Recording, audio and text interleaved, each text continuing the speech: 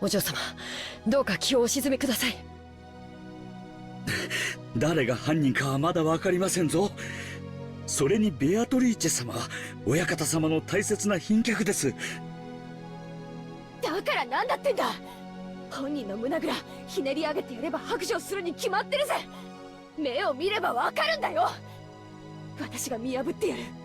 何が魔女だ、ベアトリーチェだ。化けの皮を剥いでやる。 Jessica never stopped moving. Goda and Cannon chase after her, doing their best to convince her to stop, but Jessica never lent them a ear. Eventually, the witch's VIP room came into view. The VIP room was always sealed and never used. No matter what kind of guest came, Kinza wouldn't let them there. And yet, the servants were always made to clean this room so that it could be used at any time. So the servants had started calling this room the witch's VIP room, after their second shapeless master. Jessica knew about this too. She couldn't forgive the arrogance of the one who called herself a witch by staying in that room. The Golden Witch was just a fairy tale. Come on, a witch? To Jessica, she was nothing more or less than a murderer who had brutally killed her parents. Question her, hear her pitiful excuses, make her sputter in pain, gasp in anguish. No matter how hard she pretends to be a witch, I'll teach her that she's just a stinky and sweaty human. As Jessica yelled with all of her strength, she hit the door to the VIP room. It definitely wasn't a knock. That sound was beating her anger's hammer, as if she was determined to break the door down if it wasn't open. 開けろよ、ベアトリーチェ。出てこい。聞こえてるんだろ。ここを開けろ。 There was no answer. Jessica grabbed the doorknob without any reservation, but she felt the resistance of the lock. She turned around and looked at the two servants and spoke. ここマスターキーで開くんでしょ。開けて。お嬢様、それは大変な失礼に当たります。 Although Godo was flustered, he still tried to somehow calm Jessica's anger. After hanging his head silently for a while, Cannon pulled a master key from his jacket pocket. カノンさん、いいんですか？もしおられたなら無礼になるのは承知です。それにもしベアトリーチェ様が何の関係もないというなら、それを僕たちに釈明して納得させればいい。そうだぜ、その通りだ。借りるぜ。 Jessica snatched the master key from Cannon's hand and violently shoved it into the keyhole. Immediately there was a small sound, and she felt the lock click. Then, without asking permission, she flung the door open. ベアトリーチェ、どこだ。出てこい。 Jessica rudely stepped into the room. The witch wasn't anywhere to be seen. くそったれ。いねえぜ。どこ行きやがった。お姿がありませんね。 Jessica, thinking she might be hiding somewhere inside the room, peeked behind the curtains and under the bed, but she couldn't find anyone. However, there definitely were signs that the bed had been used.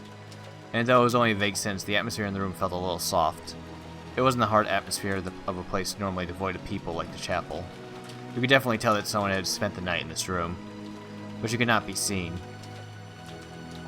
In reality, neither Jessica nor Goda had met Beatrice, though they'd only been told by those who had met her that she looked like a double of the character in that portrait. So they were doubtful about what her face really looked like. However, Cannon alone had met her. He understood what kind of being the witch was, and what kind of personality she had. So he knew that forcing their way in search of her definitely wouldn't work out. She must be watching us bitterly flail about in vain from somewhere, sneering at us. She's that kind of person. Because she was looking at things that way, Cannon was the first to find it. The other two were concentrating on finding the shadow of a person, so they didn't notice. Near a water jug on the side table, there's a single sheet of letter paper. On it was a short message, and nearby was a fountain pen, which had probably been used to write it. Cannon had already come to understand the witch. After finding the corpses, they'd been overcome with rage and barged in here, only to find no one. So of course the witch would mock them. You can't mock someone unless they know they're being mocked. In other words, that's what this must be. お嬢様、ここに何か書かれています。書かれてるってなんだ。 Jessica dashed over and violently snatched the piece of paper away. She probably wasn't trying to be violent. She just couldn't control her strength right now. だと。なめやがって。 As soon as she read the message, Jessica went into a wild rage, crumpled the paper up and threw it. Then she grabbed the light stand by the bedside and violently swung it around, mercilessly hitting the walls and furniture with it. The light bulbs were all shattered at once, and the fragments were scattered across the room. お嬢様、気をお沈めください。お怪我をなさいます。離せよ。畜生、畜生。出てきやがれ、ベアトリーチェ。よくも父さんと母さんを。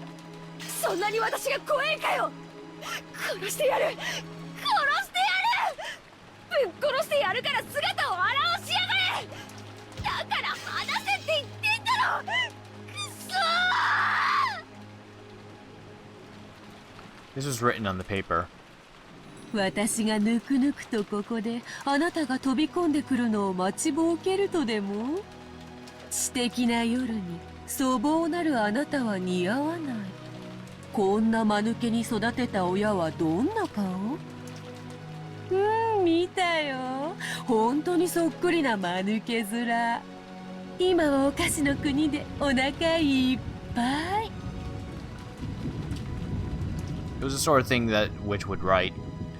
It meant that she predicted that one of the children who had lost their parents would come running in here. If she's hiding somewhere in this room, she must be rolling around laughing now. The witch was that kind of person. She sneered at people's misfortune, using it to stave off the boredom of 1,000 years. これはお渡しください。お怪我をなさいますと申し上げております。離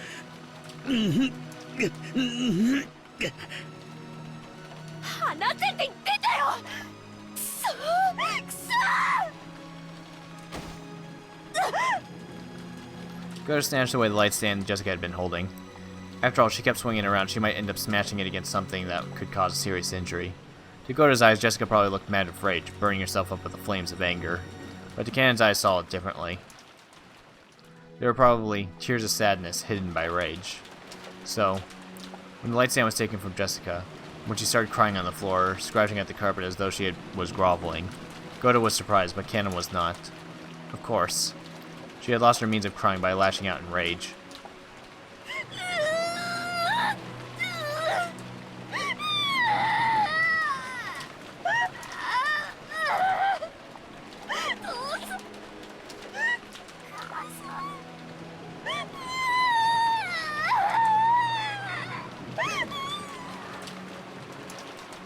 Considering that she was the daughter of the Ushirimiya head family, she was in a very shabby state. She scratched at the carpet with her fingernails, and even her feet were scratching. Jessica cried very, very hard. Because if she didn't, her rage would start building up again and swallow her up. But over and over again, she remembered that humiliating message. I can only imagine what the parents who raised you to be such a moron must have looked like.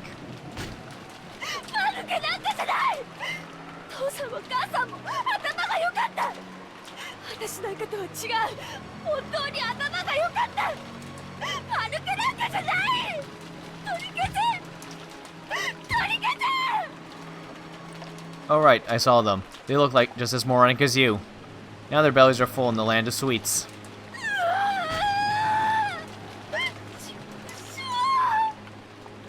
殺してやる。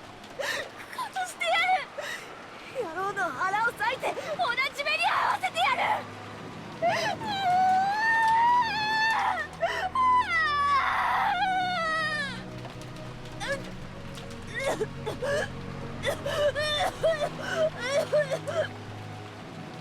As Jessica cried and screamed, she triggered an asthma attack. The servants watching over her ran up to her and rubbed her back, but that only provoked Jessica's wrath. そんなことする暇があったらあいつを探せよ。探し出して私のところへ連れてこい。お前らが行かないなら私が探す。そしてこの手で殺してやる。腹を引き裂いてやる。触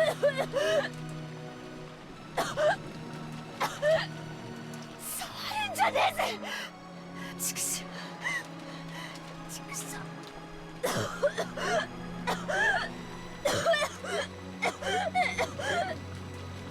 Jessica got up unsteadily as her asthma continued. She went out into the hallway. お嬢様、お薬を至急。南條先生をお呼びします。ゴーダさん、僕に任せてくれませんか？ Cannon had noticed. Goda, who was vastly separated from her in age, probably couldn't sense the tears in Jessica's heart. Canon, who had noticed, had to be the one to support her. カノンさん、いいのですか？今のお嬢様には涙を流す時間も必要なのだと思います。ご両親のあんな死に方を目の当たりにしては。そうですね。Goda also understood, and he knew that Jessica and Canon had shared a vague relationship with each other. So he understood everything and lifted to Canon. わかりました。私はローザ様のところへ戻ります。お嬢様をくれぐれもよろしくお願いしますよ。はい、お任せを。Canon's voice was frail, but he nodded firmly. After looking at his eyes, Goda nodded firmly as well. Goda was a veteran of many years behind him. He had seen a great number of people in his life, so he knew the vigorous sparkle that could only be found in the eyes of those who possessed self-control. He had surely seen that in Canon's eyes, so he would leave this to Canon. When you think about it, maybe it was the first time Goda had ever entrusted Canon and relied on him for a job. Jessica, still suffering from her asthma, seemed to be heading towards her room, though she kept leaning against the wall. Canon followed her wordlessly. If she had asked for a hand, he would have leapt forward and supported her. But until Jessica did ask for that, he chose to hide himself, watching over her from a distance where he could come to her rescue at any time. When people feel their hearts are about to explode from sadness and want to have someone by their sides, you can bet 10 billion of them would want to turn around and find someone in the place Canon now stood.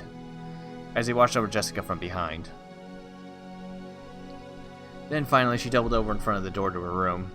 The asthma attack had stolen all of her strength, and her thoughts had gotten hazy from the lack of oxygen, making it impossible for her to even stand up again. But right then, Jessica didn't think that she wanted someone to lend a hand. She still hadn't been able to overcome the flames of anger. Even if someone had offered her a hand with good intentions, Jessica would have wanted to tear it off right then. She knew how unfair that would be. She definitely wouldn't ask for help until she overcame the fiery anger burning inside. Jessica had probably lost the willpower to even call for help, but Canon heard it. He definitely heard it. Canon definitely heard that voiceless call for help, one shared by miserable grievers the world round. An endless scream that no one ever seems to hear. Canon quietly knelt by Jessica's side and wordlessly offered her shoulder. And though Jessica kept coughing painfully, she accepted it, unlocking the door to her room and entered. こちらへ。今、お薬をご用意します。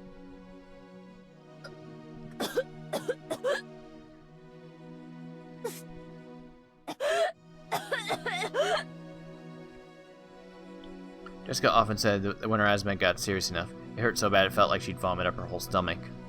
Her face was pale, her gaze wavered, and yet the coughing continued. Even so, her sadness probably was even stronger. After having her sit on the bed, Canon took a bronchodilator from the cute little basket on the nearby side table and handed it to her.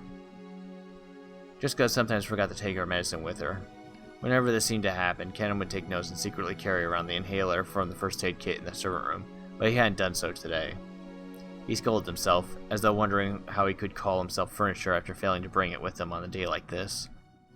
Then he remembered the day when he used that word and somehow betrayed Jessica's feelings. It jarred Canon's heart, but he felt it would be indiscreet to think about something like that, considering how Jessica felt now.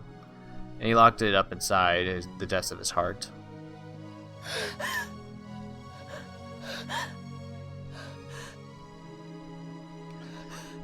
When she inhaled her medicine, Jessica's wild breathing calmed down bit by bit, and she was finally able to regain her composure.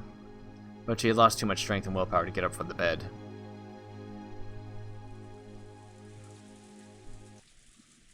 大丈夫ですか、お嬢様。私は大丈夫だぜ。父さんと母さんはダメだけど、私はもうちょっとなきゃ大丈夫だぜ。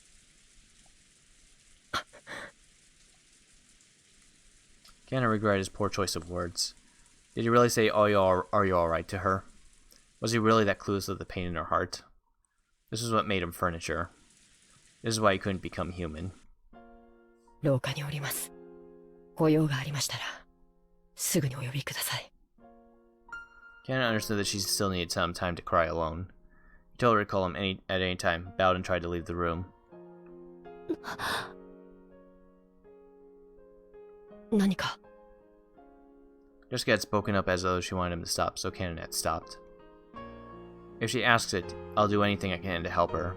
Right now, I'd even become a cane or a chair if it would help ease the pain in her heart. If by doing that, I could make up for the pain I dealt to her heart that day. For a while, Jessica just stared into Cannon's eyes. It was as though her reason for stopping him was something she couldn't put into words.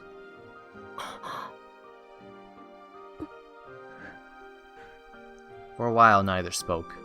Jessica broke that silence, with a small voice. ごめん。なんでもないぜ。しばらく一人になりたいって。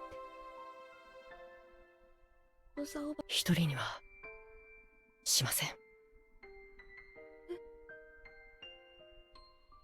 あなたを僕は一人にしない。だから廊下にいます。いつでも呼んでください。For just an instant, it looked like some kind of hope had flitted into Jessica's eyes. But it was very faint and disappeared like the first snow on the surface of a river. ありがとな。しばらくだけ。一人で泣かせてくれ。はい。失礼します。 Cannon bowed once again and closed the door. He thought those words of his would give her some courage, but now it felt as though they had actually hurt her for some reason. Why? He didn't know. Surely that was because he was furniture. That is why he couldn't grasp human sadness even now.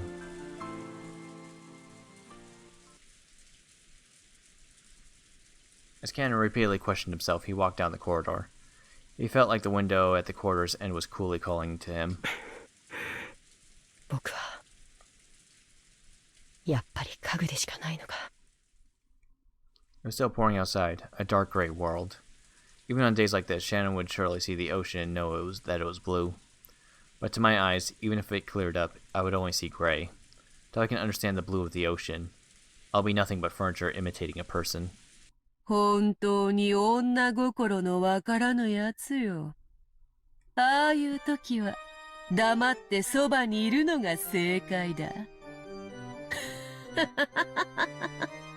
だからゆえに貴様は家具なのよ。貴様。 There shouldn't have been any trace of human life in this corridor. It had been an empty corridor filled with frigid air. Those scoffing words approached Cannon from behind. When he turned around, he saw that witch.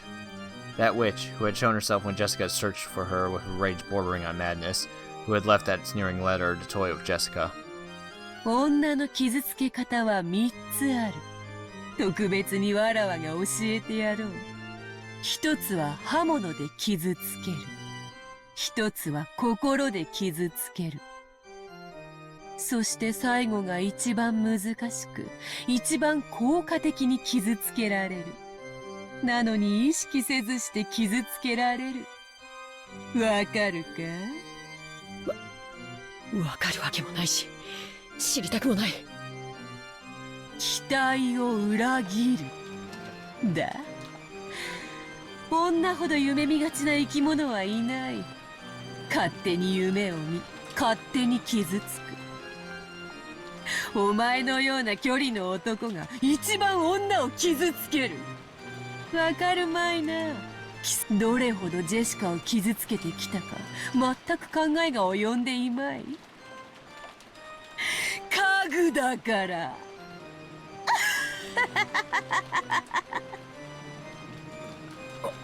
お前のたわごとに付き合う気は毛頭ない。僕を嘲笑うためだけに姿を現したというのか。うぬぼれるな家具。貴様ごとき嘲笑うにも足りぬわ。しかしそなたも一人ではそれに値しなくても二人揃えば十分に足りる。若々しき男女の悲運を笑う喜びは何度繰り返しても飽きぬのでな。なんだと。まさか貴様お嬢様を。第二の番の生贄に寄り添う二人が必要なのでな。お前たち二人は実に都合がよい。待て、勘違いするな。僕はお嬢様とそういう関係じゃない。第二の番の生贄にはならない。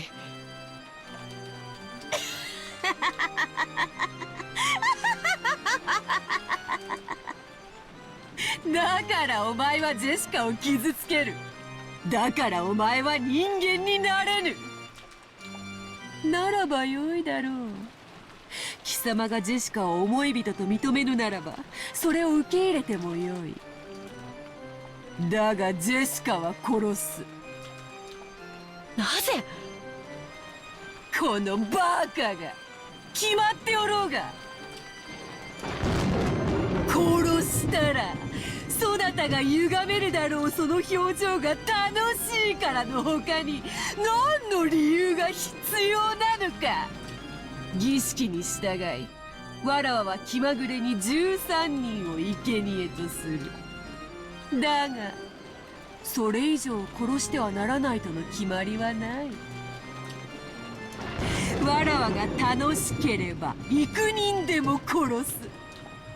だから殺す。わらわを思いっきり笑わせてみせろよ。カグカノ。 At that time, Cannon definitely heard Jessica scream. When he blinked and looked down the corridor, the witch who had supposedly been there nonchalantly a second ago was gone. At that moment, he was just standing there all alone in the corridor, doing nothing. And the person he wanted to protect was asking for help, from far away in that direction. It was obvious what he should do. It wasn't logical. It was an electric reflex. Without a trace of hesitation or distraction, there was a person he wanted to protect, and she was asking for help. And at that moment, he was genuinely wanted that person by her side to be him. When he flew into Jessica's room, the scene was greeted his eyes was a bizarre one. The room had become a fantastical world where a blizzard of golden colored specks danced around, almost as though a gold leaf had been scattered inside the snow globe. No, that's not it. I've seen this spectacle before. This isn't gold leaf. It's countless golden butterflies, Beatrice's minions. Jessica was surrounded by countless butterflies, waving her hands around, frantically trying to drive them away. お嬢様。カノン君、助けて。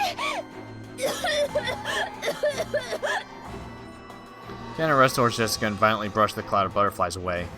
The butterflies, which were sickening despite their beauty, surrounded Jessica's face, trying to crawl through her mouth and nose. Jessica choked violently, almost as though the butterflies were triggering an asthma attack, mocking her. Back when Cannon ran towards her, the butterflies stopped attacking and began to dance in an elegant rondo around the pair. カノン君、カノン君。大丈夫。僕の目の黒いうちはあなたに誰の指一本触れさせたりするものか。出てこい、ベアトリーチェ。これで満足か。 And just stood guard in front of Jessica, who was using her inhaler and seemed to be in pain. Cannon yelled into the empty air. And when he did, an empty air did indeed laugh back, satisfied.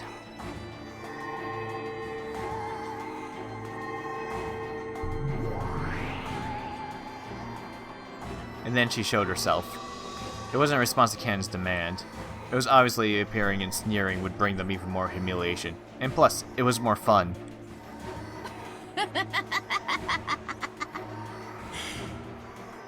これで全ては筋書き通りよ。今やそなたは草上の恋よな。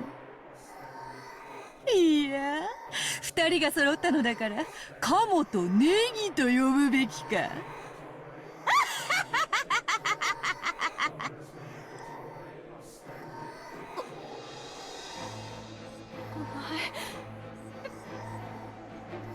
アトリーチェ。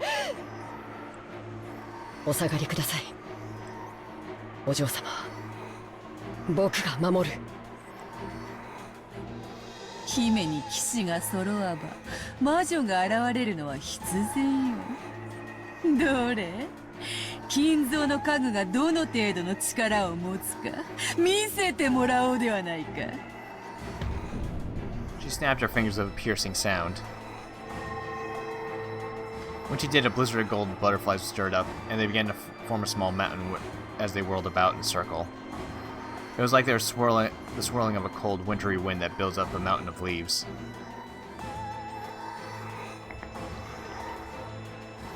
From that mound of gold, a hand sprouted, and it appeared, as though a resident of the world below was crawling up from beneath the ground. 何これ。なんだよこれ。 Jessica couldn't comprehend what she was seeing right now, and her mouth kept flapping open and closed. It was the bite of wisdom, seen in those trying to understand something incomprehensible.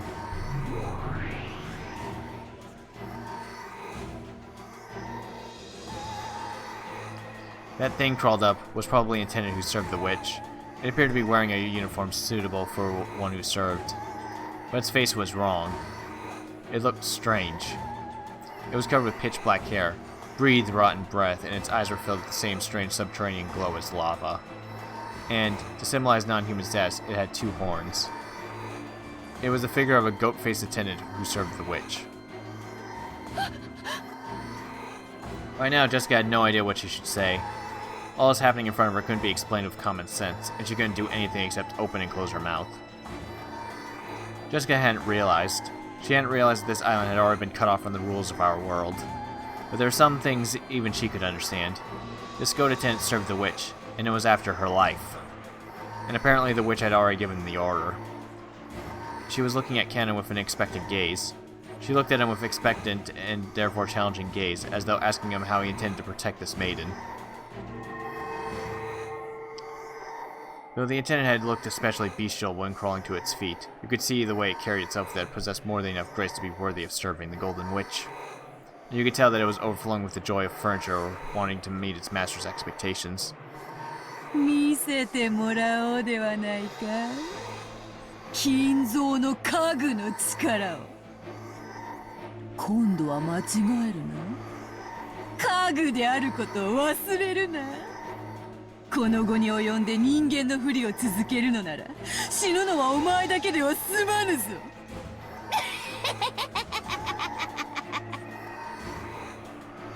The goat attendant made what seemed to be a silent, respectful bow. Was it directed at its master, or was it offered to Canon, its opponent? Then, on the attendant's hand, a blade of wicked malice appeared.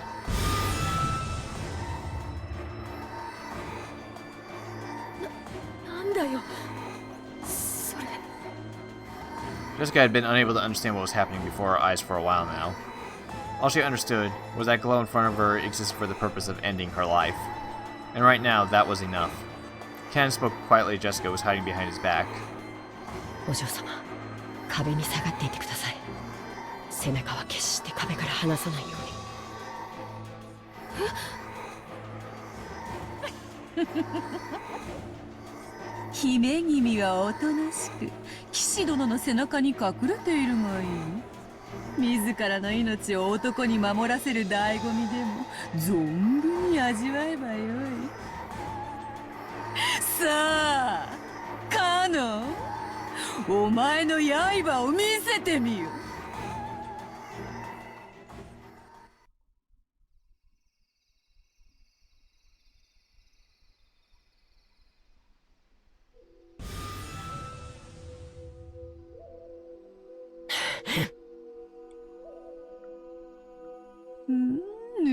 美しい。金蔵は家具を生み出すことに関してだけはわらわの足元に及ぶやもしれぬ。こんなものバラの手入れにも使えない。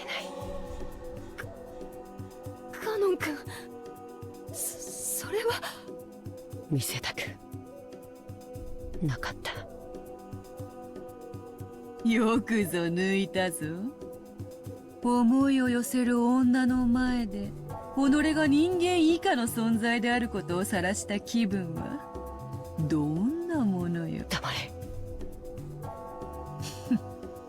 憤怒で己を焦がしているくせに冷静を装うか。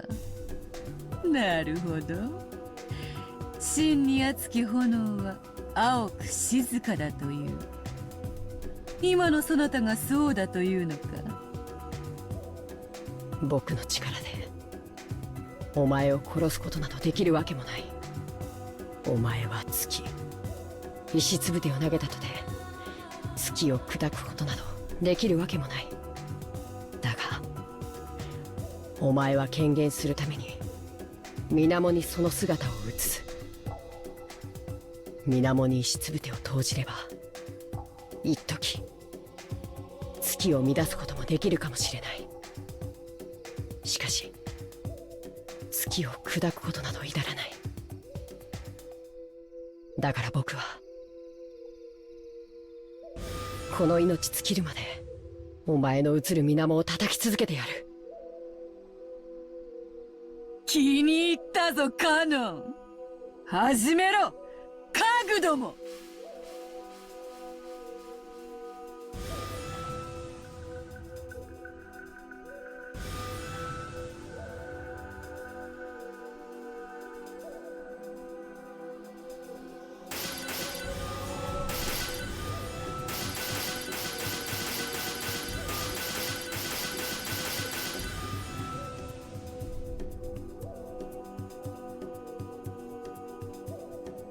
ほう、美しい奇跡だ。The witch's words of admiration broke the silence, and just for an instant they broke Jessica's paralysis. 私は夢を見てるの？来い魔女の家具め、元来た地獄へ叩き落としてやる。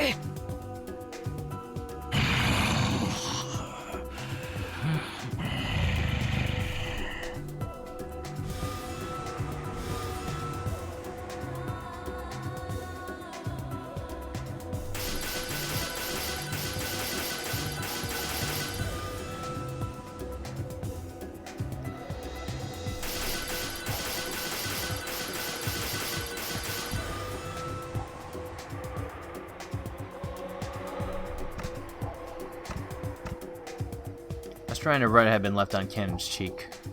The witch saw this and grinned broadly. 勘が戻らぬことを言い訳につぶやいてもよいぞ。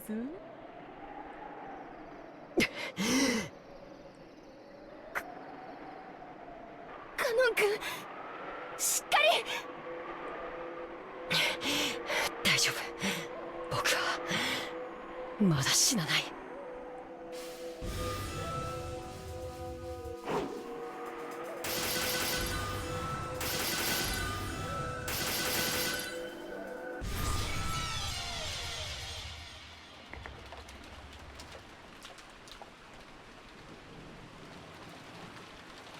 The curve drawn by the goat attendant blade drew a large arc in empty space.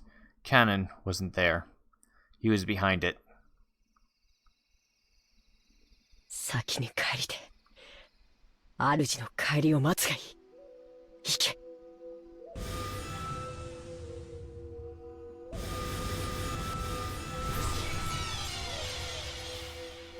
If this battle of drawing sparkling curves was chess, then Cannon coming from behind was check. And press, and press, and press, and press. Use 7 moves and make it mate. Perhaps the goat attendant hadn't been granted the ability to go into its death throes. As its knees buckled and fell over, it broke into a bunch of golden butterflies with a pop. So there was no sound of it hitting the ground. Even those unable to understand this battle would surely realize that Cannon had been magnificent. ハンドメイドには勝てぬか。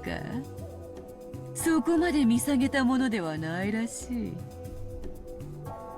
次はお前だ、ベアトリーチェー。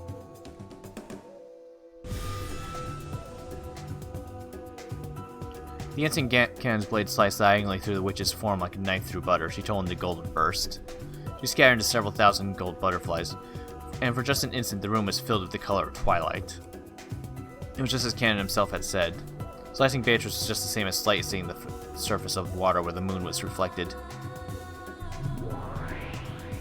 The witch's form, with an ordinary expression on his face, as though she had been there the whole time, was right behind Cannon.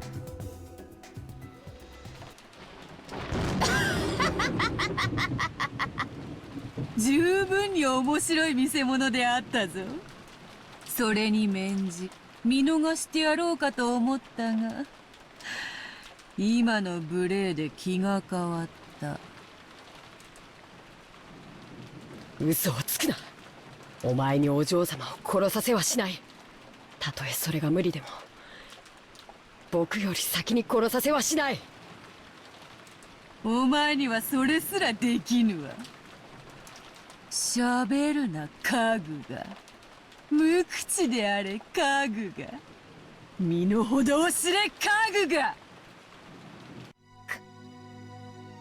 カノン君は家具なんかじゃない。ほう、なぜそう言えるのか。理由なんかいらない。カノン君はカノン君だよ。本当の名前は別にあるけれど、それでも名前は家具じゃない。カノン君にはカノン君の生き方がある。それはとても高潔なもので、自らが決めるもの。家具だから意見しちゃいけないとか、家具だから自分の人生を持っちゃいけないとか、そんなのないよ。お嬢様、あいつを挑発してはいけません。はっきり言っておくぜ。カノン君は家具じゃない。人間だよ。どうして？カノン君は自分の意志で私を助けに駆けつけてくれた。そして恐ろしい魔女であるあんたの前に立ちはだかってくれた。私を見捨てることなんていくらでもできてたろうに、そうしなかった。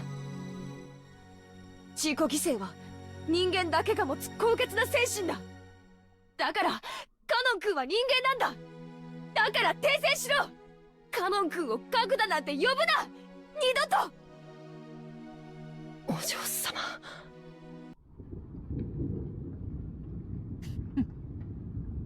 語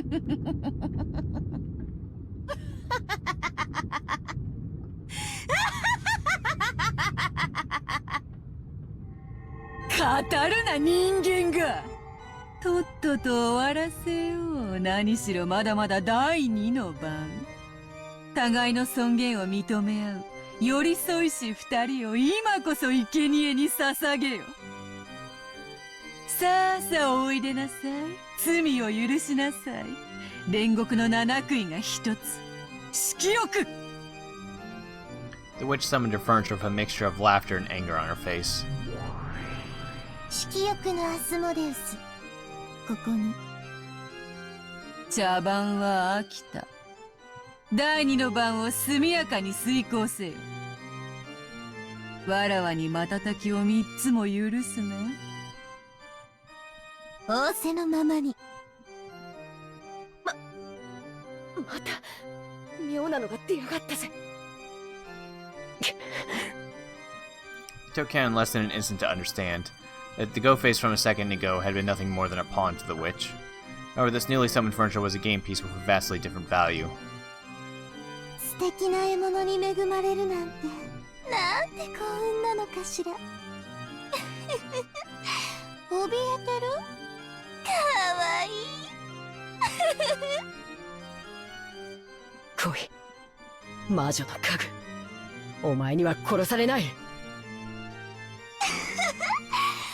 私の姿を追うこともできないノロマのくせに生きがって行くわよ。ねえねえ、どこがいい？どこを貫いてほしい？お答えなさいよ、かわいい子。あなたの好きなところを思い切り貫いてあげる。さあさあ、お答えなさいよ、かわいい子。僕を可愛いと言うな。行くわよ、ノルマ。さあ追ってごらん、その節穴で。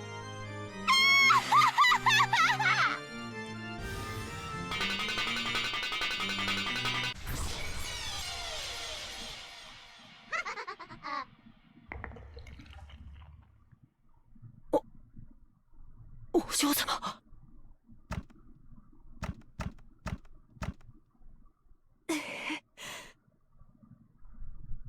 目では追えなかったけどよ。読みは当てたぜ。ざまあ見やがれ。 Cannon's back had been the target, but Jessica had predicted it. She had predicted that the witch's target would be the complete opposite of fair and honest, his back. But she had no way of blocking it. She hadn't planned on it being some kind of act of self-sacrifice. She just couldn't think of any other way to protect Cannon's back, so she could do nothing but block with her own back. The furniture of the witch, which had changed its form into a demon's stake, was buried deep into Jessica's back. It was obviously a fatal wound that reached as far as her lungs. When she saw this, the witch let out a loud, evil laugh, because it had hit where the witch had predicted. Everything was as the witch had predicted. どうしたカノン。ジェシカお嬢様はお前より先には殺されなかったんじゃないのか。そうそう、それそれ、その顔よ。お前のその顔が見たかった。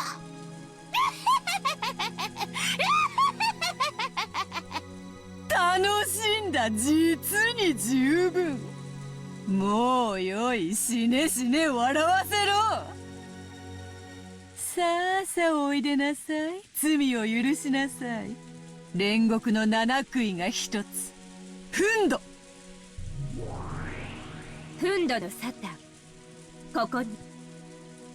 その獲物はお前のものだ。今すぐ食らってこやつの舞台に幕を下ろしてやれ。人ならば交番とも言おうが、家具のお前の場合は大道具係が舞台裏に運び出すといったところか。僕はもう家具じゃない。そしてそれを二度と疑わない。なーに？あんたまた私に殺されちゃうの？あんたの胸温かくて本当に貫くと気持ちがいいのよ。さあまた味合わせて。あなたの温かい胸の中で熱い熱い血潮で私を思いっきり気持ちよくして。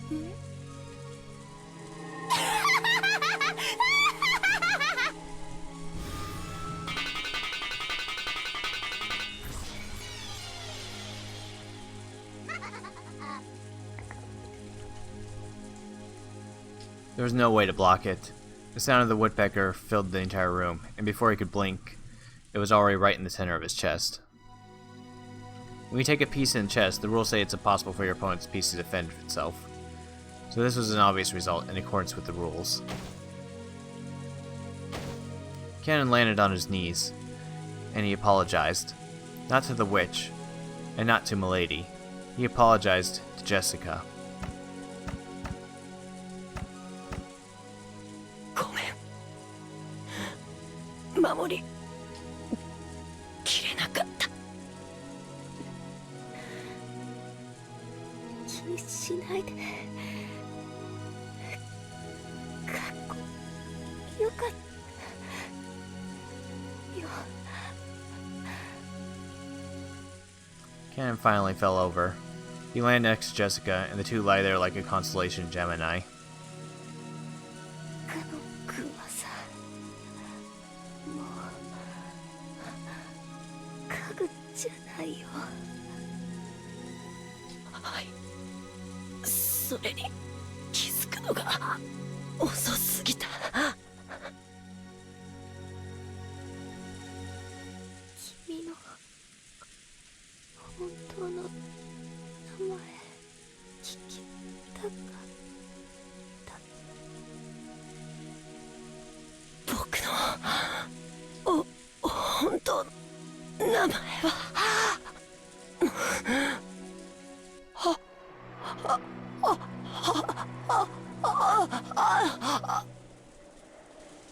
In his last moments, Cannon wanted to tell her his real name, but Jessica had already fallen into into his sleep, which he would never awake. So Can's real name, which he had protected until this day, in the end, he couldn't tell it to Jessica. 僕は人間になれ Those were the last words Canon left behind.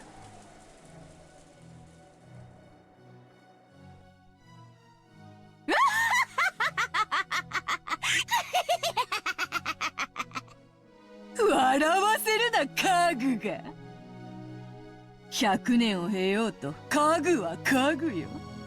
捨てる時に家具のために墓穴を掘るバカがどこにいる？家具は叩き割って薪にして、後には灰しか残らぬわ。そういうことよ。家具に刻める墓碑などない。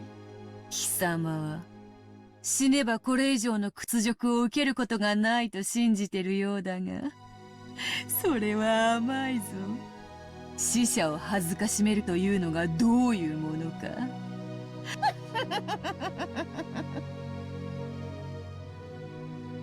After taking a puff from her pipe, the witch breathed the smoke at the cannon's corpse.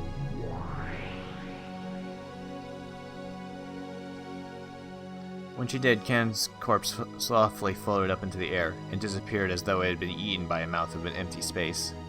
The witch played dirty until the very end.